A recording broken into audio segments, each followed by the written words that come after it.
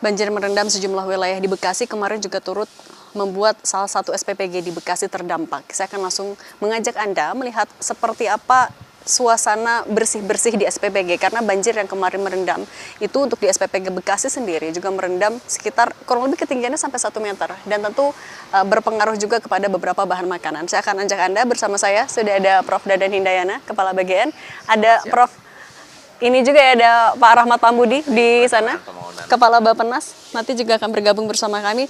Prof. Dadan, boleh dijelasin dulu dong, ini ada karung-karung beras yang terdampak, yang terendam banjir kemarin ya Prof? Ya, karena kami mendapat penjelasan bahwa banjir itu datang begitu cepat, sehingga ada sebagian beras yang tidak bisa diselamatkan, ini kurang lebih ada 20 karung yang tidak bisa diselamatkan. Alhamdulillah hanya beras ini, yang lainnya sudah mampu diselamatkan dan ada satu alat yang rusak. Tapi alhamdulillah dampaknya memang nyata karena menghentikan operasi dan juga membutuhkan waktu untuk bersih-bersih. Tapi kami hari ini hari Selasa terdampak, hari Rabu dibersihkan, hari Kamis sudah bisa melayani lagi, dan hari ini betul-betul melakukan pembersihan, terutama tadi melakukan disinfeksi dan sebagainya. Oke. Prof, kita boleh sambil ngeliat ke dalam suasananya Pak?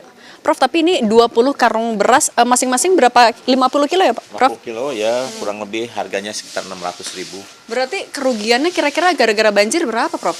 Ya, untuk kalau material sih, kalau beras sekitar 12 juta, tapi mungkin ada tempat penyimpanan yang juga rusak, dan tentu saja dari segi waktu serta tenaga. Oke, minimal 12 juta itu baru dari beras saja, itu karena ditaruhnya di gudang memang di lantai ya Prof ya? Iya, karena banjirnya datang begitu cepat sehingga tidak bisa diselamatkan, tapi alhamdulillah alat-alat yang lain masih dalam keadaan baik dan akan kami cek ulang.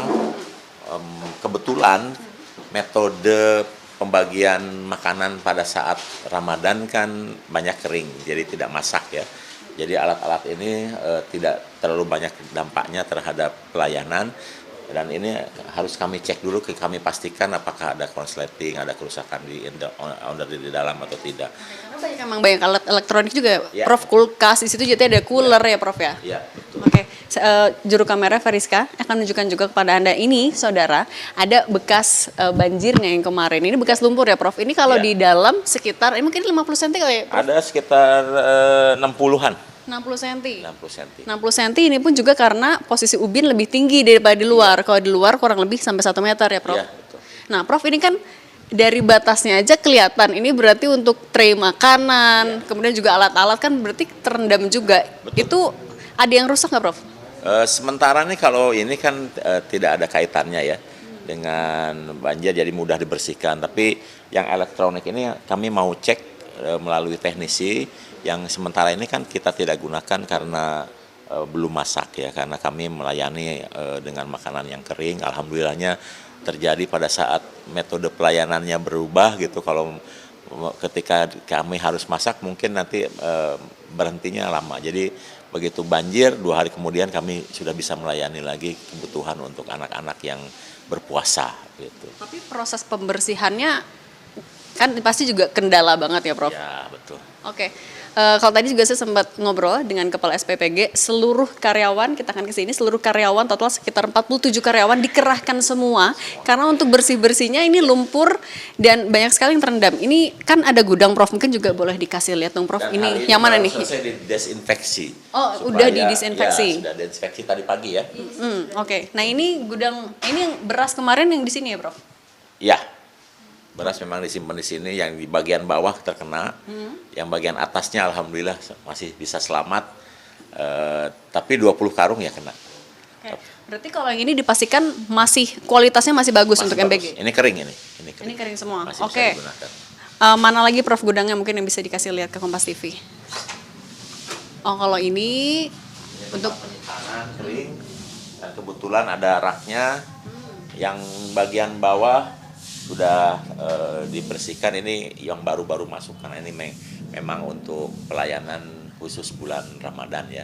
Oh, ini untuk bulan Ramadan. Dan ini kering-kering ini ya, Prof? Ya, kering kurma. Kemudian susu sudah disimpan di atas dan itu tidak terkena. Kemarin yang di bawah-bawah aja yang kena.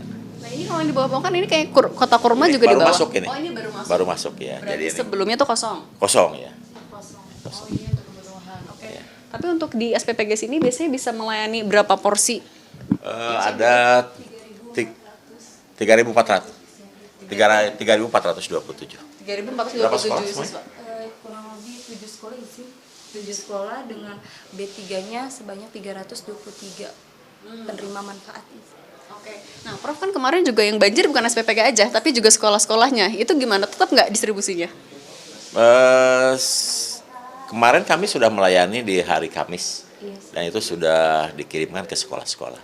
Oh, berarti tidak terpengaruh, distribusi tetap berjalan meskipun banjir. Ya, alhamdulillah, alhamdulillah karena daerah ini memang kena banjir tapi surutnya cepat. Ya, kebetulan daerahnya mungkin daerah yang tidak terlalu rendah dan airnya cepat hilang. Kalau untuk di Bekasi ada lagi nggak Prof yang terdampak banjir juga SPPG? Sementara ini kan di Bekasi ada 5, hanya ini yang betul-betul terkena dampak, yang satu hanya sampai halaman. Jadi dari 5 itu yang terkena dampak betul-betul banjir, satu ini. Ya, sementara kita dalam 2 minggu mungkin akan ada tambahan di Bekasi ini 17 satuan pelayanan pemenuhan gizi. Jadi total nanti akan beroperasi di Bekasi sekitar 22. Prof, menegaskan lagi, ini kan ketika terendam banjir lumpurnya juga banyak nih. Bisa dipastikan kalau saat ini sudah bersih semua, kualitas makanannya juga aman untuk siswa nantinya? Insya Allah ini sudah dibersihkan bersih total. Bisa lihat, bisa disorot kameranya, benar-benar bersih. Dan pagi tadi ini sudah didisinfeksi.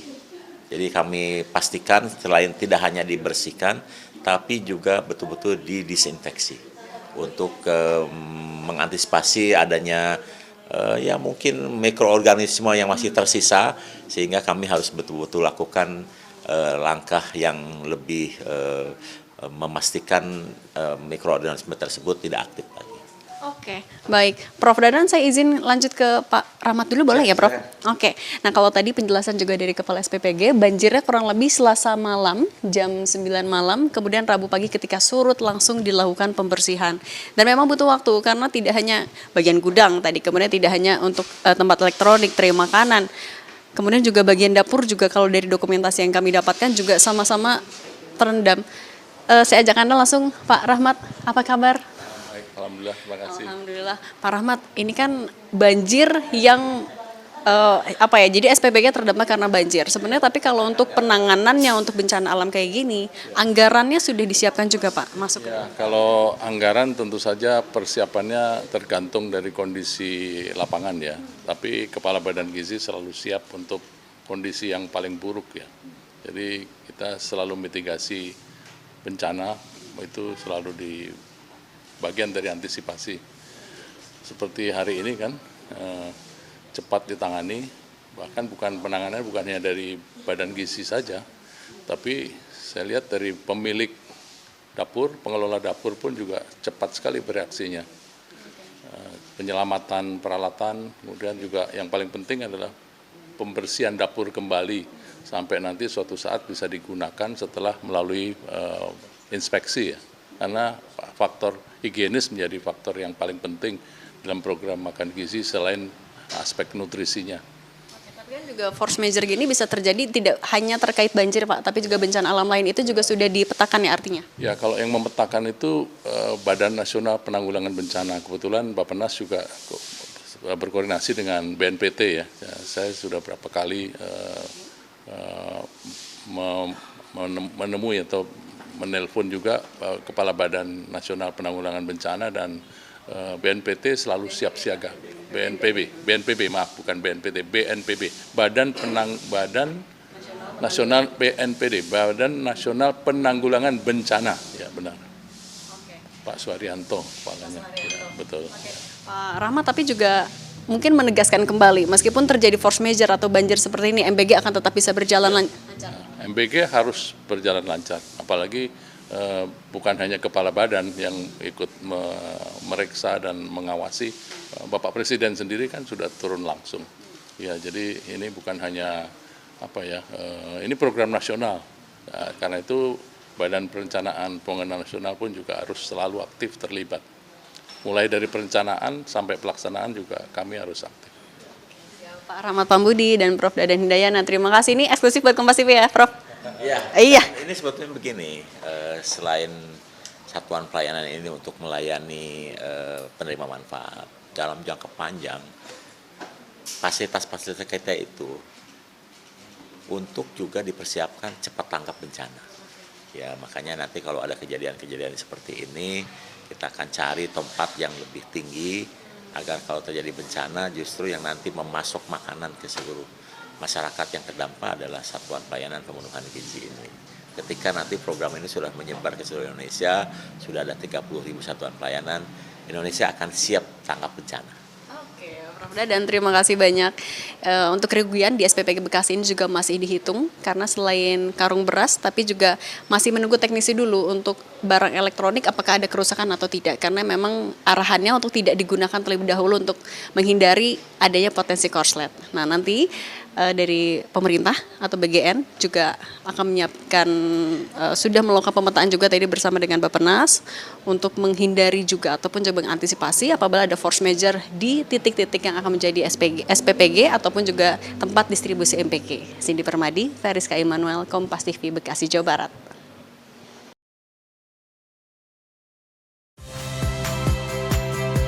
Saya Friska Clarissa. Saksikan program-program Kompas TV melalui siaran digital, pay TV, dan media streaming lainnya. Kompas TV, independen, terpercaya.